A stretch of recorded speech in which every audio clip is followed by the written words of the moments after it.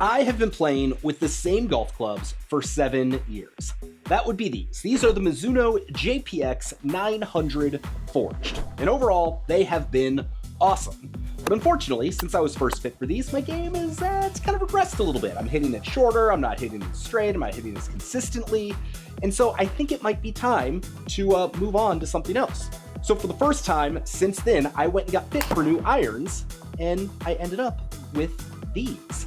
These are the PXG 0311xp Gen 7 irons. I've now played 7 rounds with these, and the question is, are they better? And do they live up to their expectation to being very long and very forgiving? Let's talk about it. So to be clear, I love these irons. And also to be clear, it's not like I haven't ever played any other clubs. I've played probably 20 rounds with Sticks clubs, for instance, which, as you know, are one of my best picks for beginners or people that tend to have a really big slice and want something that's going to help straighten that out. When I'm playing well, these irons are amazing. They feel so good. But when I'm not playing well and I can't hit it consistently, they tend to have a pretty significant slice. They're not super forgiving, and they don't feel good at all when I miss. So that was what I was hoping these were going to solve. So let's talk fitting process. I went into a PXG fitter. We tried the 0311p, which is more of their player's iron. They're gonna be a little bit less forgiving, but they're going to give you a lot more control. And I also tried their new Black Ops irons, which are more of their game improvement club. But after going through the whole process, hitting different clubs, different shafts, this is what we decided on, and this is the 0311xp. So I think they call these players distance irons. They don't use the term game improvement, they save that for the Black Ops line, but they are definitely more so than both the P model as well as my old Mizunos. And the dead giveaway of that is when you look at these, especially in the bag, when you look at it from the sole, they're kind of chunky. I don't necessarily love the way these look in the bag. But now we're talking about it, let's talk about first impressions and looks. Overall, I really do enjoy the aesthetics of these clubs. They've gotten rid of the perimeter screws, which were kind of the iconic PXG look, in favor of this big center-mounted titanium weight, which I honestly think looks really cool, and it is functional as well. At address, they actually look sleeker than I expected them to, considering I don't love the way they look from the bottom. So I've found in the rounds that I've played so far, when I'm looking down, I'm standing over the shot, they actually do evoke a lot of confidence, especially because they are designed to be, well, long and forgiving. So let's talk about it. Are they long and or are they forgiving? Let me just answer the question for you.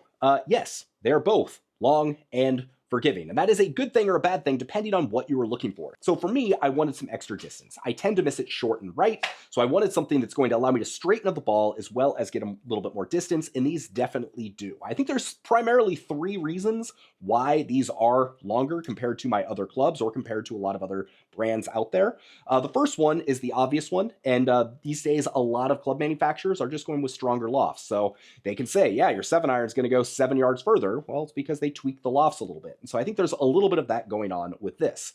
The second is there has actually been increased technology. These Mizuno clubs are 7 years old. So in the last 7 years, especially with a brand like PXG, where they are really investing in new technology and they're not afraid to create unique looking clubs in the name of technology, we're really seeing that. So I know with this particular club, they have changed some of the interior weighting around to increase the MOI, which stands for moment of inertia. If you've read any 10K driver reviews, then you might be familiar with this term. So that is going to help the forgiveness, but then they also have the thinnest face they have ever had, and things just pop off of this and definitely add to the distance. The third reason I think I've found distance with these specific clubs comes down to the shaft. I got the Mitsubishi MMT Taper 105S stiff shaft, which are 5 grams lighter than my old C-Taper Light 110s. So that alone has increased my club speed by 1 to 2 miles an hour, which has been enough to notice a significant distance change. So you factor in technology, stronger lofts, and a lighter shaft, and all of a sudden, I'm hitting the ball further than I ever have. I know this because over the course of my 3 rounds where I was recently down at Reynolds for the new Richland course opening, I had multiple people say to me, "Are you sure you know how far you hit your irons?" Because I was launching everything over the greens. And my response was, no, I don't know how far I hit them. They're new clubs, but we're getting closer. We are dialing them in. And it's been fun as I've gotten more comfortable with these clubs to see that consistency improve as well as shoot some lower scores. Okay, so cool. I've been hitting it further. What about forgiveness, feel, control? Well, that's where we start to make some compromises with this particular club. So they are definitely more forgiving than my Mizunos. If I have off-center hits, they still go, and they definitely don't slice as much as they did with my old clubs. The problem is if I hit it really well, they don't necessarily feel great. I mean, it feels okay, but it does not feel as nice and buttery smooth as these Mizuno clubs did. So it's like really good shots don't feel quite as good, but really bad shots don't feel quite as bad either. So when you're playing well, it's almost like, oh, I miss that feeling of that really smooth contact. But when I'm playing poorly, it's like, oh, this doesn't feel like it's as bad as it often is or as it could be. So when it lacks a little bit in feel, it makes up for in forgiveness. The other thing I think you are losing with these clubs is a little bit of control. I found my accuracy to not quite be as dialed with these as they were with my Mizunos when I'm playing well. So even when hitting good shots, when I'm playing well, I'm not getting it quite as close to the center of the green as I would like, and in some cases, I'd miss the green entirely on shots that I usually feel pretty consistent with. As far as sound goes, they don't sound bad at all, but they do have a slight, like, hollow feeling that I tend to associate with more game improvement clubs. So it's not bad, it's not terrible, it's, you know, it's kind of slight, but they don't sound quite as good as some dedicated player's irons you might have. So for me, the part of these clubs I've enjoyed the most are the long irons, 4 iron, 5 iron, 6 iron, because I'm hitting it more consistently, I'm getting more forgiveness, and I'm getting more distance. So for instance, over the last 6 rounds, the number of pure 200-yard plus 4 irons that I've struck has been far more than I've had over the previous 6 months combined. So I'm hitting it further and hitting it more consistently, and if I don't hit it great, it's still going, 170, 180, which for me, I'm really pleased with. The wedges, on the other hand, they're fine, but that's where the thicker sole, the lack of control, I start to feel it more as I'm still getting used to these clubs. So again, when I'm playing poorly, they seem to help and make me play better than I probably am. But when I'm playing well, they don't seem to help me as much as my older clubs did in terms of control, accuracy, and feel. So real quick, just as an example, I'm going to go hit 5 shots with my PXG 8 iron, as well as 5 shots with my Mizuno 8 iron. We're going to look at distance, we're going to look at control, we're going to see what's better, and see if the TrackMan, over a very limited sample, backs up what I've been feeling with these clubs on my own.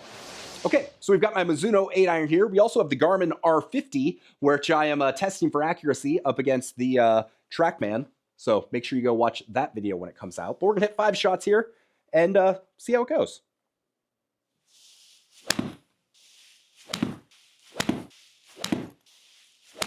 Okay, we got our 5 shots with Mizuno. Now let's switch it up to the PXG and see how that goes. All right, PXG 0311xp. We'll say I didn't realize how different the sound is. This is definitely more of like a higher pitched thwack, whereas the Mizuno has more of a dull, muffled sound. I kind of think I prefer the Mizuno personally, but just kind of surprised how different they sound. All right, let's go to the tape, see what it looks like. All right, so right off the bat, without even looking at any numbers, is I mentioned my Mizunos, I tend to slice more, whereas the PXG is more forgiving and straighter. So here is the Mizuno shots. Here is the PXG shots. Mizuno, PXG. So that slice bias, everything moving to the right, that definitely has been compensated for with the PXG. So that right there, that's a big win. Now let's look at numbers. So yeah, just look at these numbers. The Mizuno pretty much did everything I expected it to. The Mizuno in yellow, short and right, most of the shots were under 140 yards, even under 130 yards. So in my head, this was like my 140 club, and this is just looking at carry distance. So yeah, 127, 128, 142. So it's even just shy of 140 yards, and everything is going short and right.